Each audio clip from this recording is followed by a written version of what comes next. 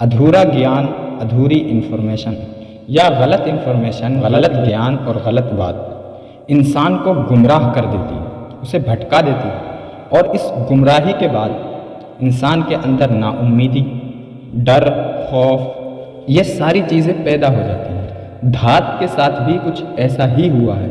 तो आज का मेरा टॉपिक आपके साथ यही धात रहेगा। धात क्या है, धातु रोग क्या है, धात सिंड्रोम क्या है, जरियान मनी क्या है, जरियान मज़ी और जरियान मदी ये क्या है।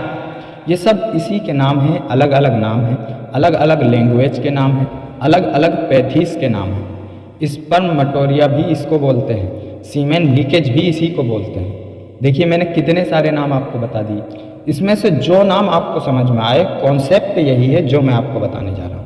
मैं एक बात और यहाँ पर ऐड करना चाहूँगा, इस धात को लेकर सिर्फ पेशेंट ही कंफ्यूज नहीं है, बल्कि इसके अंदर बड़े बड़े डॉक्टर हजरात भी कंफ्यूज हैं। मगर कुछ आपको जानकर हैरत हो रही होगी कि डॉक्टर्स भी इसके अंदर कंफ्यूज हैं। उनको भी ये सही पता नहीं है कि ये कब धात है और कब धात नहीं है। डॉक्टर्स की एक लॉबी है, एक तरह के डॉक्टर्स हैं जो आपकी लिंक से आने वाले हर डिस्चार्ज को उसको एब नॉर्मल ही दिखाते हैं। कहते हैं ये हर हालत में बीमारी है, हर हालत में ख़तरनाक है, हर हालत में डेंजरस है, हर हालत में आपको नुकसान पहुंचाएगी।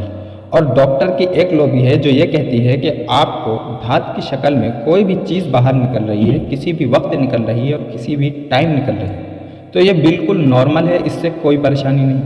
ये दोनों ही व्यूज़ गलत हैं, दोनों का नज़रिया गलत है। सच्चाई कहीं इन दोनों के बीच में एग्जिस्ट करती है। आज मुझे वही आपको बताना है। मैं कोशिश करूंगा कि वीडियो की ज़ुबान को, इसकी लैंग्वेज को बहुत आसान रखूं। ज़बान आसान रखने की एक वजह तो यह है कि एक तो आप लोग बायोलॉजी, ह्यूमन एनेटमी, फिजियोलॉजी या मेडिकल साइंस की क्लास नहीं ले रहे हैं। एक आम इंसान को जो डे टू डे लाइफ में सफ़र कर रहा है उस तक बात पहुँचाना मेरा मकसद होता है।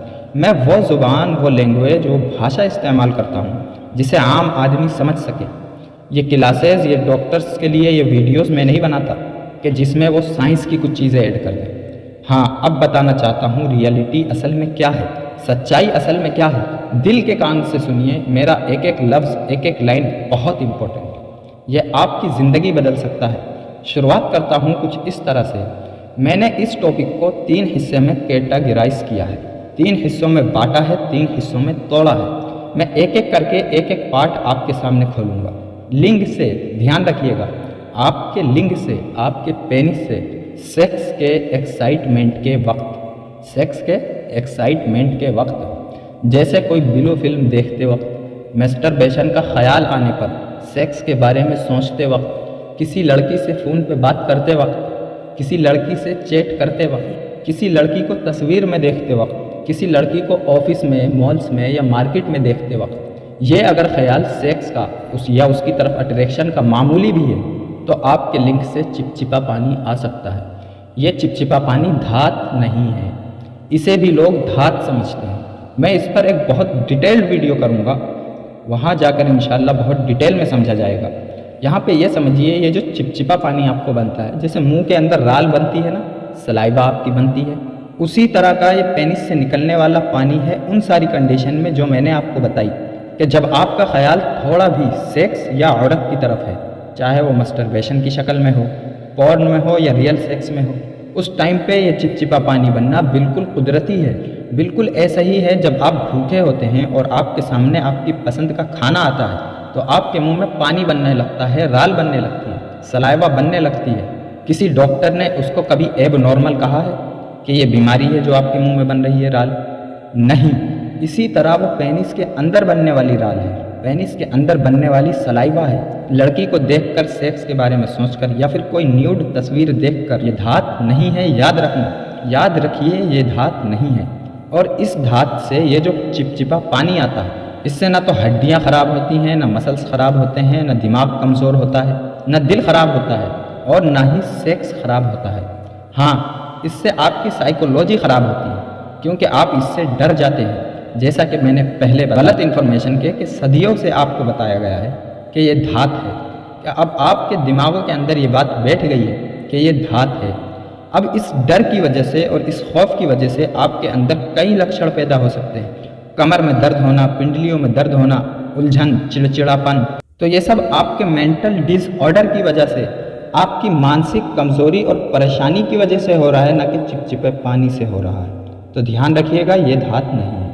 नंबर 2, धात। याद रखिए हमेशा इस लाइन को, जब भी हम ये शब्द धात इस्तेमाल करेंगे, जब भी हम ये शब्द धात बोलेंगे, धात हमेशा उस चीज़ को बोलेंगे जो दूध जैसा पानी हो, आपके लिंग से चिपचिपा, बिल्कुल दूध के रंग का, मिल्की वाइट जैसा आपका सीमेन और वीर्य होता है।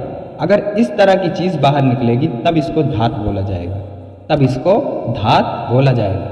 अब मैं दूसरी कैटेगरी की तरफ आ रहा हूँ। एक धात होती है जो आपकी बॉडी का नॉर्मल रिएक्शन है। वो कैसे, सुनिए, थोड़ा सा ध्यान से सुनिएगा। एक बच्चा जिस वक्त पैदा होता है, एक लड़का जिस वक्त पैदा होता है, उसी वक्त उसके अंदर सेक्स का सिस्टम ऑन हो जाता है। आप अगर गौर कीजिए, कभी आपने ध्यान से देखा हो, 1 साल, 1.5 साल, 2 साल के बच्चों को बिस्तर पर सोते नंगा कभी देखा हो, तो उसका पेनिस रुक रुक कर इरेक्ट होता है और पूरा टाइट खड़ा हो जाता है। हालांकि उस बच्चे को अभी सेक्स के बारे में कुछ नहीं पता है। जी हाँ, उसे तो नहीं पता, अभी उसके अंदर कोई डिज़ायर पैदा नहीं हुआ, कोई चाहत पैदा नहीं हुई है, फिर भी उसका लिंग खड़ा होता है, क्योंकि उसकी बॉडी के अंदर जो कुदरत ने सेक्स का सिस्टम रखा है, सेक्स की मशीनरी जो सेट की है, वह ऑन कर दी गई है पैदा होने के साथ। अब धीरे धीरे जब ये बच्चा बड़ा होता है, जवानी की तरफ जाता है, तो अब इसके अंदर अपोजिट सेक्स के लिए अट्रैक्शन पैदा होना शुरू हो जाता है। इसका वो सिस्टम जो अभी तक खामोश था, वो एक्टिवेट हो जाता है। जो सेक्स के हार्मोन्स अभी नॉर्मल और बहुत नॉर्मल, जो निचले दर्जे पर काम कर रहे थे, वो एमुलेट हो जाते हैं। अब इस लड़के को सेक्स की ज़रूरत पैदा होती है, इस लड़के को सेक्स की ज़रूरत पैदा होती है। वेरी अनफॉर्चुनेटली हमारे इस कल्चर में आज जो हालात हैं वो ये हैं, जब इस लड़के को सेक्स की ज़रूरत पैदा होती है तो ये शादी नहीं करता, ये विवाह नहीं करता। ये करता क्या है? इसकी शुरुआत होती है पोर्नोग्राफी से, इसकी शुरुआत होती है मैस्टरबेशन से, इसकी शुरुआत होती है गंदी बातों से, चैट से, इसकी शुरुआत होती है लड़कियों को ताकने और झांकने से, इसकी शुरुआत होती है वीडियो न्यूड कॉल करने पर, इसकी शुरुआत होती है लड़कों के दोस्तों के साथ बैठकर लड़कियों के मुतालिक गंदी, घिनौनी और फहश बातें करने पर। यहाँ से इसके सेक्स की शुरुआत होती है। नतीजा ये होता है कि इसका सेक्सुअल अपरेटर्स, जो बॉडी के अंदर कुदरत ने सेक्सुअल सिस्टम रखा है, वो नॉर्मल से ज़्यादा काम करने लगता है, ओवर एक्टिव हो जाता है। ये लाइन याद रखिएगा मेरी, ओवर सेंसिटिव हो जाता है, ओवर एक्टिव हो जाता है, यानी कि एक नॉर्मल से ज़्यादा वो काम करने लगता है। मैं आपको एक एग्जांपल देकर समझाता हूँ, शायद बात और आसानी से समझ में आए। पेशाब होना, लेटरिन होना, ये सबके लिए नॉर्मल है। इसे कोई एबनॉर्मल कहता है कि आपको पेशाब क्यों हो रहा है, किसी को लेटरिन क्यों हो रही है, कोई इसे एबनॉर्मल नहीं कहता। लेकिन अगर यही पेशाब किसी बीमारी की वजह से बार बार होने लगे, तो अब हर डॉक्टर इसे बीमारी कहेगा। यही लेटरिन अगर डायरिया की शक्ल ले ले, लूज मोशन की शक्ल ले ले, और बार बार आपको लूज मोशन होने लगे, अब यही पोटी आना जो नॉर्मल था, अब एबनॉर्मल हो गया। बात समझ में आ रही है आपको? इसको समझना है बहुत गहराई से, जहाँ डॉक्टर भी कंफ्यूज होते हैं। तो जब ये सेक्स का एपरेशन और ये सेक्स का सिस्टम, सेक्स का जो निज़ाम आपकी बॉडी में है, वो एक्टिवेट हो गया और आपने अपने सेक्स की शुरुआत इस तरह से की, पोर्नोग्राफी से, मैस्टरबेशन से, जो मैंने ये सारी चीज़ें बताई हैं, इसके ज़रिए, तो नतीजा आपका सेक्स का सिस्टम ओवर एक्टिव हुआ। अब क्या होता है, ये लगातार ओवर एक्टिव होता है, घूमता है, ये घूमता रहता है, चलता रहता है। इसकी वजह से आपका वीर्य नॉर्मल से ज़्यादा गर्म हो जाता है। ये नॉर्मल जो मैं बोल रहा हूँ वो आम जुबान के लिए, क्योंकि वीर्य की प्रोडक्शन बढ़नी शुरू हो जाती है, क्योंकि लगातार आपके ब्रेन को ये सिग्नल्स पहुँच रहे होते हैं कि किसी भी वक्त सेक्स किया जा सकता है। इसके नतीजे में आपका वीर्य नॉर्मल से ज़्यादा बनना शुरू हो जाता है, और कभी कभी इसके अंदर किसी किस्म का पतलापन और इसकी कंसिस्टेंसी में कमी पैदा हो जाती है, पॉस्टिटिक फ्लूइड ज़्यादा होने की वजह से। नतीजा ये कतरे कतरे करके, टुकड़े टुकड़े करके कुछ हिस्सों में आपके पेनिस से बाहर आने लगता है। तो ये बीमारी नहीं बना, असल में ये बता रहा है कि आपको अच्छे सेक्स की ज़रूरत है, आपको अच्छे सेक्स की ज़रूरत है, आपको ये गंदी आदतें छोड़नी है और अच्छे सेक्स की तरफ आना है। और वो अच्छा सेक्स सिस्टम क्या है?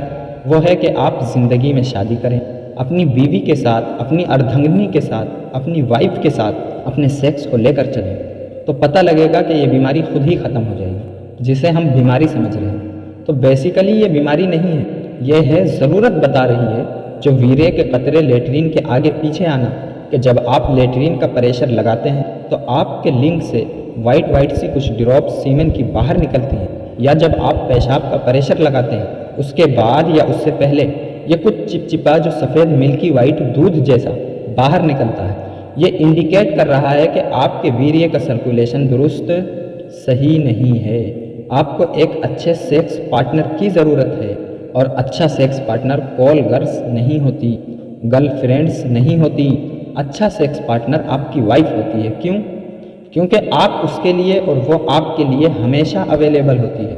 देखिए, दुनिया का कोई भी डॉक्टर छोड़िए, कोई भी अक्लमंद इंसान इस वक्त जो मेरी वीडियो सुन रहा है, मैं आपसे सवाल करता हूँ, क्या आप जिस वक्त आपको भूख लगती है, जब तेज़ भूख लगती है, उसी वक्त खाना खाना अच्छा होता है, या जब आपकी भूख दब चुकी होती है तब खाना खाना अच्छा होता है? कोई भी अक्लमंद इंसान कहेगा जब उसको भूख लग रही है उसी वक्त उसको एक अच्छा खाना देना ही उसकी सेहत के लिए बेहतर होगा, अच्छा होगा। बिल्कुल इसी तरह जब सेक्स की ज़रूरत हो उस वक्त अच्छा सेक्स मिलना ज़रूरी है, शरीर के लिए और सेहत के लिए। अगर ये अच्छा सेक्स इसको नहीं दिया जाएगा तो इसके अंदर बीमारियां जन्म लेंगी।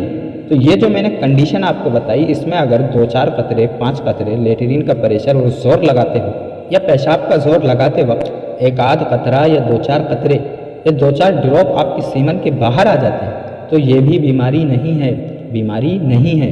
ये इंडिकेट कर रहा है कि आप जल्दी से जल्दी शादी कीजिए और अपने सेक्स को बहाल कीजिए, जिससे नतीजा ये निकलेगा कि ये खुद ही नॉर्मलाइज हो जाएगा। तो ये भी घात की कैटेगरी में नहीं आता।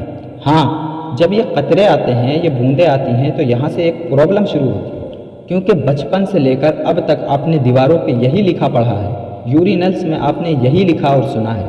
यूट्यूब के चैनल्स खोलते ही आपको हज़ारों वीडियो पता लगती हैं, ये धात है, ये तुम्हें नामर्द कर देगी, ये तुम्हें ख़राब कर देगी, बर्बाद कर देगी, कमज़ोर कर देगी, बीमार कर देगी, ये तुम्हें थका देगी, हड्डियाँ ख़राब कर देगी, ये जोड़ ख़राब कर देगी, ये पेट ख़राब कर देगी, ये दिमाग ख़राब कर देगी।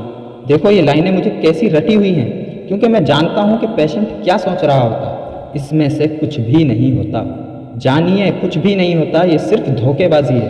अब मैं आता हूँ अपनी तीसरी कैटेगरी की तरफ, कि असल में कौन सी चीज़ गलत है। अब सुनिए, ज़रा ध्यान से सुनिए।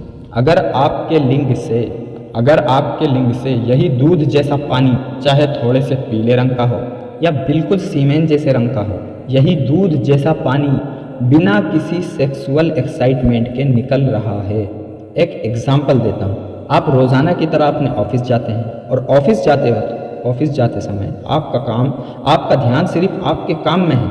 आपने किसी लड़की को नहीं देखा, आपने किसी गर्लफ्रेंड से बात नहीं की, कोई चैट नहीं की, आपका दिमाग बिल्कुल साफ सुथरा है, आप सिर्फ अपने काम में फोकस्ड हैं, आपको दूर दूर तक कोई ख्याल नहीं है।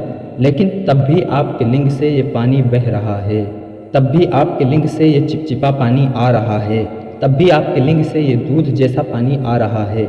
मसलन कोई आदमी इबादत के अंदर लगा हुआ है, पूजा के अंदर लगा हुआ है, और उसके बाद भी ये बाहर निकल रहा है, बैठे बैठे निकल रहा है।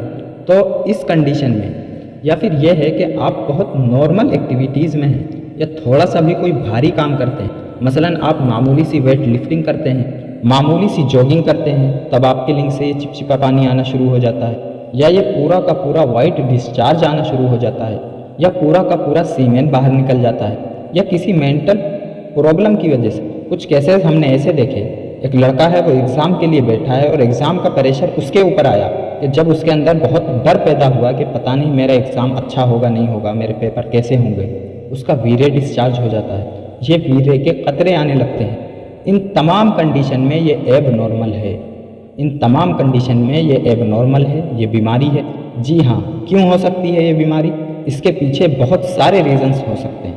2-3 इसमें जो मेरे दिमाग के अंदर मौजूद हैं वो आपको बता देता हूँ। बहुत नॉर्मल है कि आपके प्रोस्टेट ग्लैंड में, आपके सेमाइनल वेजाइकल में, आपकी पेशाब की नली में और उसके अंदर जो और स्ट्रक्चर लगे हुए हैं उसके अंदर कहीं इन्फेक्शन हुआ हो, कोई इन्फ्लामेशन हुई हो, कोई सिस्ट या ट्यूमर मौजूद हो, तो भी ये हो सकता है। इसी तरह नंबर 2, आपके नर्वस सिस्टम में, यानी कि जो बिजली की तरह तार दिमाग से लेकर कमर में यहाँ तक कि पूरे शरीर में, पूरे बदन में फैले हुए हैं, जिनका ताल्लुक दिमाग से होता है, जिन्हें आसाब और पट्टे भी कहा जाता है, जो आपको किसी भी तरह के करंट का एहसास दिलाते हैं, उस नर्वस सिस्टम के अंदर कोई कमज़ोरी, कोई कमी पैदा हो गई या कोई बड़ा साइकोलॉजिकल प्रॉब्लम आपकी बॉडी पर, आपके ब्रेन पर, आपके अंदर चल रहा हो, जिसके नतीजे में ये हो रहा हो।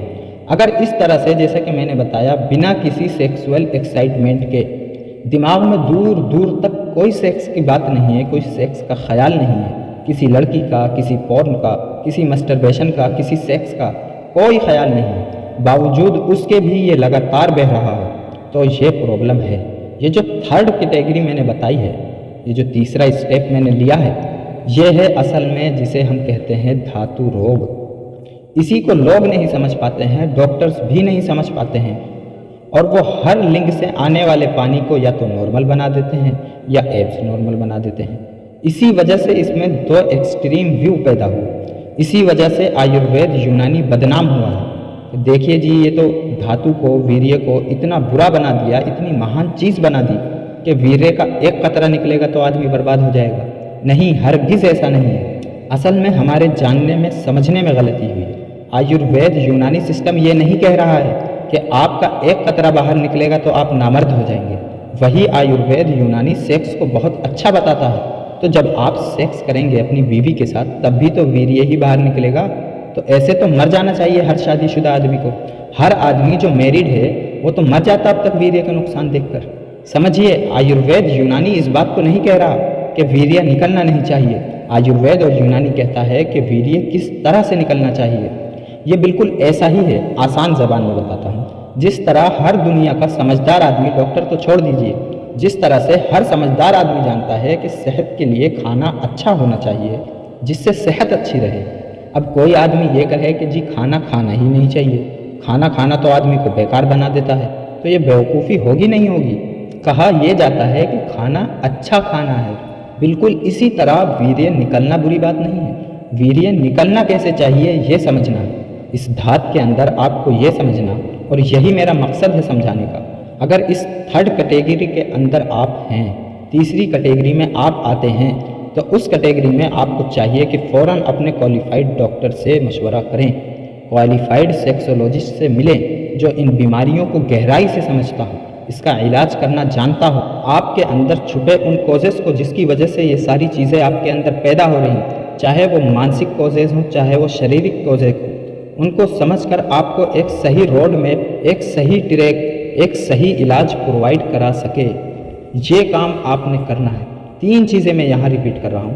पहली बात, वो जो पहले स्टेप में मैंने चिपचिपा पानी आया बताया, वो बीमारी नहीं है, वो धात ही नहीं है, उसको तो बिल्कुल निकाल दिया जाए। नंबर 2, जवानी के टाइम पे, सेक्सुअल एक्टिविटी के टाइम पे जो दूध जैसा पानी आता है, ये बीमारी नहीं है। हमें शादी करनी है, जल्दी से जल्दी शादी करनी। नंबर 3, ये जो बिना सेक्सुअल एक्साइटमेंट के आपको चिपचिपा पानी आता है, या दूध जैसा पानी, या पूरा वीर्य बाहर निकलता है, ये बीमारी है, इसकी इलाज की ज़रूरत है, इसके लिए डॉक्टर से मिलना है। अब यहाँ पर एक बात और बताता हूँ। ये जो थर्ड कैटेगरी की बीमारी बताई गई, धात जिसे कहते हैं, इससे भी शरीर को कोई दूसरा नुकसान नहीं होता। लोगों में बहुत गलतफहमियाँ सुबह से रात तक हम सुनते हैं। कोई कह रहा है हड्डियाँ ख़राब हो गई, कोई कहता है जोड़ों में दर्द है, कोई कहता है मेमोरी कमज़ोर हो गई, कोई कहता है आईसाइट कमज़ोर हो गई। ये इससे नहीं होता। हाँ, इससे क्या होगा? मानसिक डर, तनाव और डिप्रेशन की वजह से शीघ्र पतन होगा, सुराते इंसाल होगा, जल्दी यानी टाइमिंग में कमी आएगी, इरेक्टाइल डिसफंक्शंस होगा, इसकी वजह से आपको डिप्रेशन होगा, इसकी वजह से आपको एंजाइटी होगी। तो इससे घबराना नहीं है। चलते चलते एक बात और आपसे अर्ज करूँगा। आज तकरीबन very fortunately we are able to cure each and every sexual disorder almost. Today we have reached to the level science. We can treat almost each and every sexual disorder almost. Her sex की बीमारी को ठीक कर लिया जाता है, तो tension की ज़रूरत कुछ है ही नहीं। आप मत डरिए, मत घबराइए, कुछ भी नहीं है। बड़े से बड़ा आपको कोई भी सेक्स का इशू सामने आ रहा हो तो आप यकीन जानिए 99% केसेस में वो ठीक कर लिया जाता है। जो आपको बड़ा लग रहा है बेसिकली वो आज इतना बड़ा नहीं है। हाँ, कुछ गलत डॉक्टर्स ने, कुछ गलत लोगों ने, कुछ गलत वीडियोस ने, गलत लेटर्स ने, गलत इन्फॉर्मेशन ने लोगों को डरा दिया है और बहका दिया है, तो इससे डरना नहीं है। मैं खुद मंथली 4 से 5 हज़ार रुपये की देसी दवा से इसका पेटेंट इलाज कर देता हूँ अल्हम्दुलिल्लाह। 300 रुपये पेशाब की जांच के लगते हैं और ज़रूरत पड़ने पे हाथ का फ़ोटो देख लिया जाता है। अल्लाह के करम से यहाँ पर हर बीमारी का इलाज हो जाता है और ख़ासकर मर्दाना टाइमिंग का इलाज, मर्दाना कमज़ोरी का बेहतरीन इलाज और बेहतरीन रिज़ल्ट के साथ मिलता है। उम्मीद करता हूँ कि वीडियो आपको पसंद आई होगी। मैं अपनी बात को ख़त्म करता हूँ और चलते चलते आपसे एक बात और कहूँगा। जब भी आप अपनी सेक्स की बीमारियों का इलाज कहीं से भी लें, किसी भी क्वालिफाइड सेक्सोलॉजिस्ट से लें, या एक नई पैथी आई है गाइड कानून मुफरद आज़ा के नाम से, उससे लें, तो याद रखिएगा कोई चमत्कार नहीं होगा। बहुत ज़्यादा लोगों के दिमाग में ये गलत फहमी बिठा दी गई है या बैठ गई है। मैं नाम नहीं लूँगा, इसमें बेशुमार डॉक्टर्स और नॉन डॉक्टर्स शामिल हैं कि उन्हें ये लगता है कि सिर्फ दवा खाने से सेक्स की बीमारी ठीक हो जाएगी और फ़ौरन ठीक हो जाएगी। ऐसा नहीं है। सेक्स की बीमारी के लिए जितनी इम्पोर्टेंट दवाइयाँ होती हैं, उतना ही ज़रूरी और उतना ही फ़ायदेमंद डॉक्टर्स का, हकीम का ये जानना होता है कि ये सेक्स की बीमारी इस इंसान को जो आई है वो क्यों आई। जैसा कि मैं पिछली वीडियो में भी जिक्र कर चुका हूँ, बता चुका हूँ, जैसा कि मैंने अभी बताया था कि ये जो रगों पट्ठों की तरह, बिजलियों की तरह जो एक जाल, पूरी एक तार जो पूरे जिस्म में, पूरे शरीर में फैला होता है, इसका सिस्टम, ये जो सिस्टम होता है, इसका ताल्लुक़ दिमाग से होता है। इसी तरीके से हमारे शरीर के अंदर उज़लात, यानी जिसे हम मसल्स कहते हैं, मसल्स जो टिश्यूज़ होते हैं वो फैले हुए होते हैं और उनका ताल्लुक़ दिल के साथ होता है। इसी तरह से हमारे जो ग्लैंड होते हैं, गुदुद होते हैं, एपिथेलियल टिश्यूज़ जो होते हैं, ये भी पूरे जिस्म में बढ़े हुए और फैले हुए होते हैं और इसका ताल्लुक़ लीवर से होता है। दिल, दिमाग और लीवर, ये 3 चीज़ें, इन्हें आज़ाए रईसा कहा जाता है। यानी यूँ समझिए ये ट्रांसफार्मर का काम करते हैं बदन में और इसके ज़रिए पता लगाया जाता है कि इंसान के जिस्म के कौन से टिश्यूज़, इंसान का कौन सा आज़ाए रईसा कमज़ोर हो गया है या अपनी खुराक अपनी ज़रूरत से ज़्यादा ले रहा है। इसका तरीक़ा है कि पेशाब के फ़ोटो से पता लगाया जा सकता है। उससे ये सारा का सारा पता चल जाता है। ये समझ लीजिए आपकी पूरी बॉडी का एक्सरे हो जाता है कि आपको कौन सी चीज़ें खाने में फ़ायदा देंगी, आपको कौन सा काम बेहतर रहेगा, जिसकी फ़ीस सिर्फ़ और सिर्फ केवल 300 रुपये है।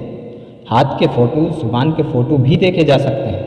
जब तक ये नहीं पता चलेगा कि कारण क्या है, बीमारी की वजह क्या है, कमज़ोरी की वजह क्या है, क्या उसके आसाब यानी पट्ठे कमज़ोर हो गए हैं, उन्हें अपनी पूरी खुराक नहीं मिल रही है वो, या अपनी ज़्यादा खुराक बनाने की वजह से ज़्यादा लचकदार हो गए हैं, उनमें ज़रूरत से ज़्यादा लूज़पन आ गया, जिसकी वजह से उसका इरेक्शन नहीं हो पा रहा, उसका लिंग कमज़ोर हो गया है, उसकी सख्ती और तनाव में कमी आ गई है। पहले ये जानना बेहद ज़रूरी है। यानी कि एक क्वालिफाइड सेक्सोलॉजिस्ट जो आपको सेक्स की बीमारी से लड़ने का तरीक़ा बताता है, सेक्स से लड़ने की बीमारी के लिए जो वो ग़िज़ा और खाना बताता है और उसके साथ में दवाइयाँ भी देता है, ये दोनों ही चीज़ें पैरेलली और इक्वली दोनों ही इम्पोर्टेंट है। किसी एक को भी अगर आप छोड़ेंगे तो परमानेंट सॉल्यूशन नहीं निकलेगा। यही वजह है कि मेरे पास बहुत सारे लोग आते हैं और कहते हैं कि डॉक्टर साहब, हकीम साहब, हमने बहुत सारे इलाज लिए लेकिन जब तक दवा खाते हैं फ़ायदा होता है। वो वजह यही है कि वजह नहीं जानी जाती कि किस वजह से हो रहा है। याद रखिए, दुनिया का हर इंसान एक ही मिजाज का नहीं होता, वो अलग अलग कैटेगरी का होता है। कुदरत ने 3 कैटेगरी बनाई हैं और हर कैटेगरी के 2 भाग किए हैं। जब तक ये नहीं पता चलेगा कि कौन सी कैटेगरी के कौन से भाग में ये बंदा है, इस इंसान के अंदर किस चीज़ की कमी और किस चीज़ की ज़्यादती है, तब तक उसका पूरा इलाज नहीं हो सकेगा। ये इलाज नहीं है कि आप सिर्फ दवा पे डिपेंड कर रहे हैं। और बहुत, I am extremely sorry to say, बहुत सारे डॉक्टर्स और हकीम भी ऐसे हैं कि बस फटाफट मरीज़ को देखा और उनके लिए दवा तजवीज़ की और उनसे छुटकारा हासिल किया। नहीं, उनको प्रॉपर गाइड करना है कि उन्हें ग़िज़ा कौन सी खानी है, उन्हें खाने में क्या खाना है, अभी आपकी बीमारी कैसे ठीक होगी और आने वाले वक्त में आप इससे कैसे फ्री रह सकते हैं। यही वजह है कि मैं आपके साथ इतनी मेहनत करता हूँ कि सही इन्फॉर्मेशन पहुँचा के कि आपका सेक्स कैसे हेल्दी रखा जाए, ये मैं आपको बताता हूँ। बस यही मेरी आपसे रिक्वेस्ट थी। इस बात को भी ध्यान में रखिएगा। जिससे आप आने वाली जिंदगी एक अच्छी सेक्सुअल हेल्थ के साथ गुजार सकें। बहुत दुआओं के साथ।